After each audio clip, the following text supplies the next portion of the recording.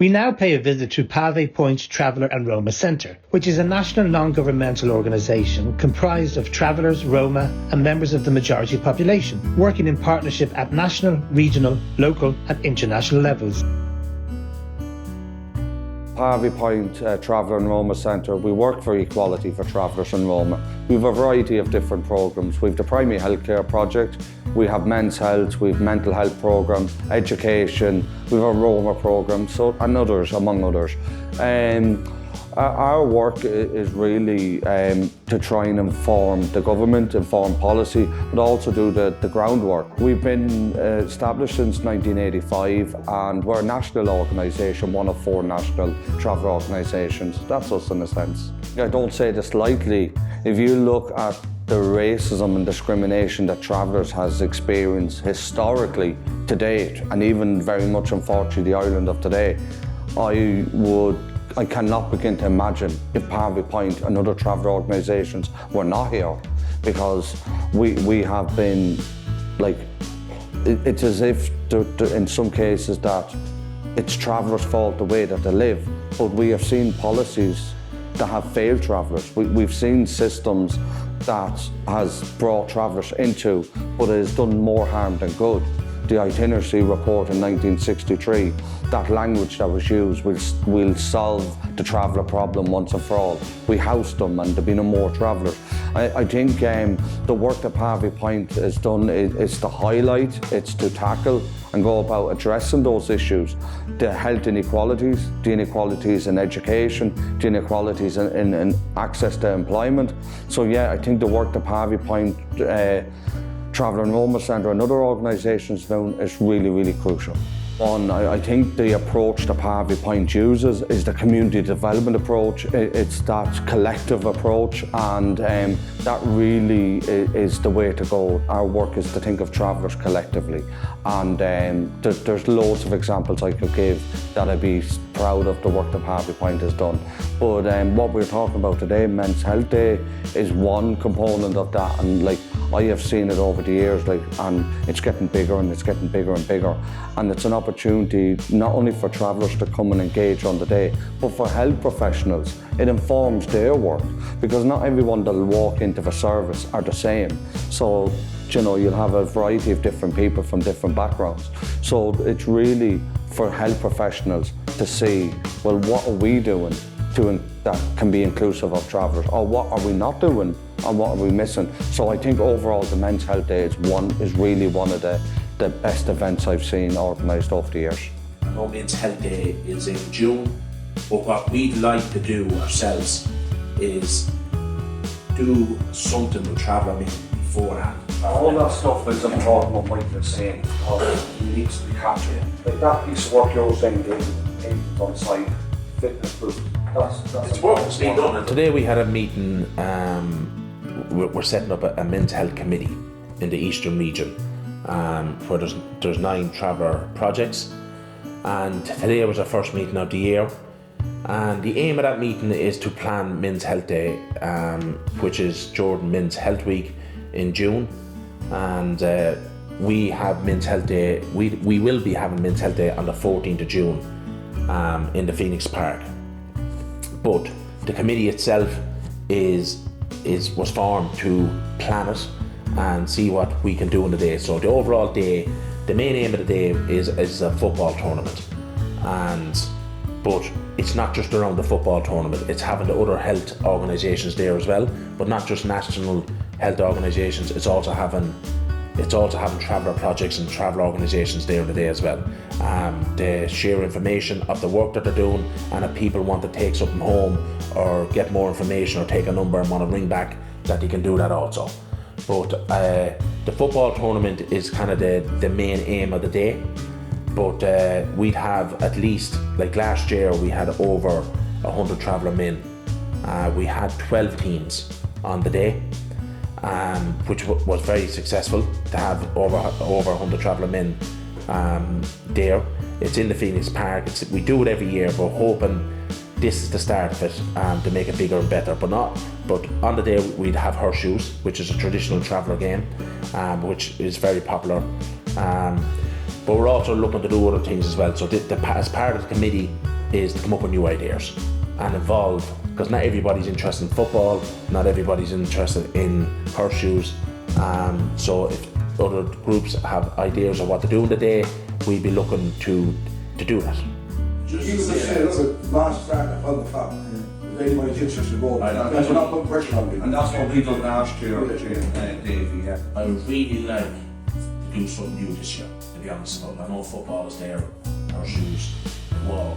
Something new that we can do. The golf would be really that. And where there's opportunities, and what it says that, like that open day, Davey, that would be for people to go to it. We can project without any adventure on it. One of the most important things for me would be having the health organisations there. That's very important, because like a lot of settlement, when it comes to travellers, they wouldn't go for health checks, or they wouldn't get their blood pressure checked unless it's kind of too late down the line or whatever. So we kind of invite the health organisations in to give the lads a bit of information. And the football is there, but the football is important as well, but the football is just to get them in to Phoenix Park, to be honest with you. And it does work, because we've been doing it down since 2014. And as Michael said, over 100 people last year. Now it did start, when we started that in 2014, it started off very, very small, but as the years went on, it's got bigger, and this is the second one now, I think, back since COVID, is it? Yeah.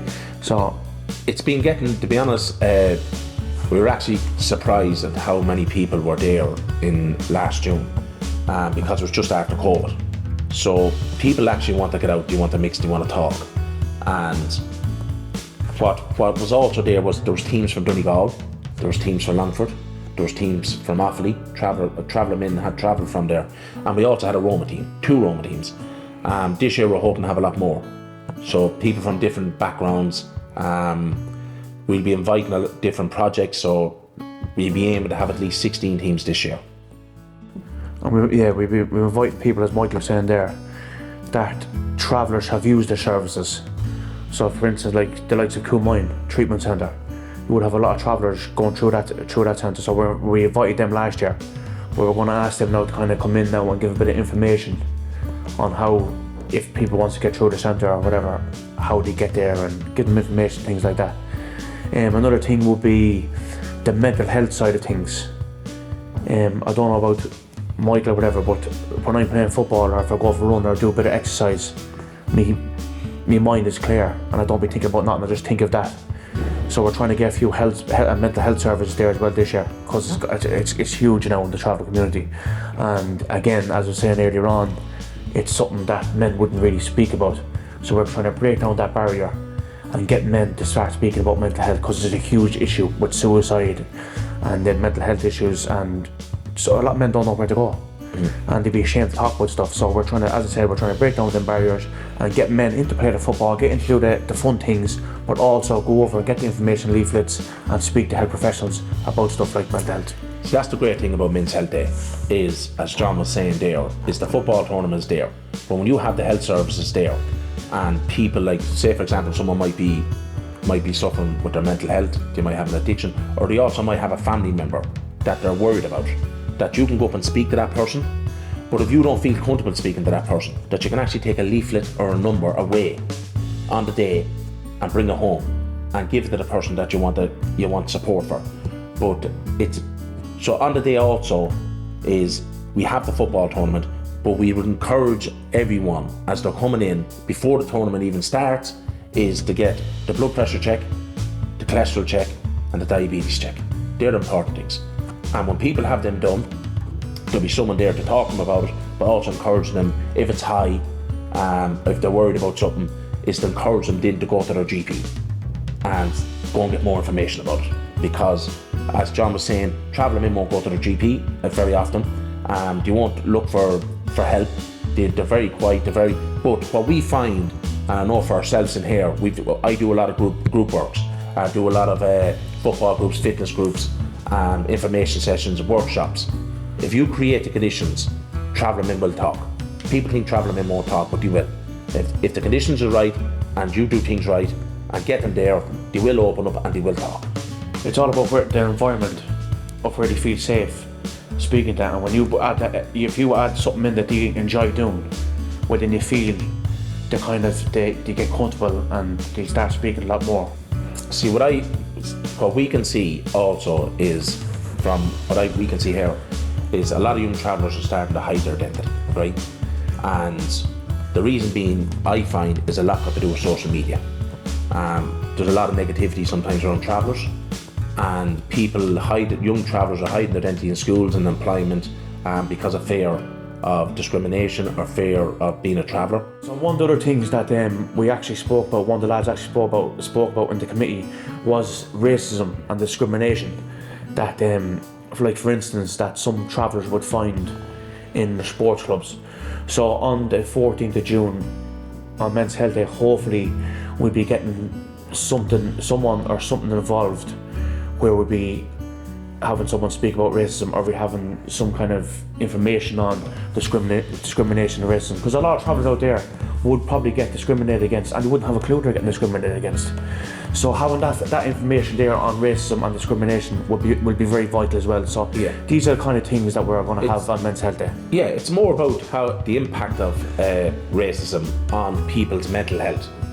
And if you're coming from a disadvantaged background, or a traveller, say for example, how that affects your mental health. Obviously, if you're on a football team or a GEA team, or you're involved in mainstream youth services or whatever it is, how that affects you, but also hearing it from other people. So on the day, we'd be hoping that someone might come in and actually speak about that. And so if someone who has been involved in sports might come in and speak about how affected him, how racism affected him during sport, while they're involved in sport, and how he dealt with it.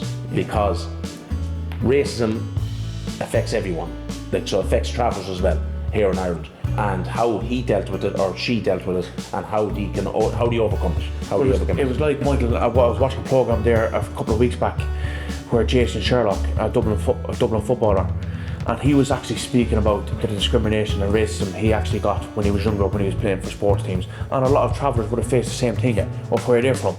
So it'd be good to have someone like that, maybe like a sports star or a sports person that's been through kind of discrimination or racism, actually come down to Men's Health Day as well and just have a chat with the travellers and mix and link in as well. But even now for myself, I'm a mental health worker here in Pavee Point, and we'd link in with a lot of young travellers, and even now we hear them stories. Places that they shouldn't be having them. Like, people should be treated equally. But one thing I love about Men's Health Day as well, and it's happened the last couple of years, is the traveller wagon was brought out last year, and the younger people are seeing this, and it's part of the culture that you haven't seen before. So when you have the older generation coming out and they're speaking about the wagon, and hopefully next year, this year, we're going to be having the tent, and we're going to be having one of the tinsmiths making some buckets and cups and all. This is something that a lot of young travellers haven't seen. So they're out here actually engaging with the older people, and they're hearing their stories about how they used to live years ago. That's another great thing, because you can't forget the culture. You can't forget the traveller culture. And sometimes a lot of travellers are left in a house now, and they're not seeing stuff like this. And it's great. It's great to see younger people actually seeing it and enjoying it and hearing the stories. So it's a great day. It's a fun day, and there's a lot of learning in it, from health and travel culture and other stuff. What I love about Men's Health Day is the positivity of it. It's always positive. Look, it's the negative stories that sell newspapers, not the positive stories. But we have a lot of positive stories in our community, and we need them shared. For more information, visit the following links.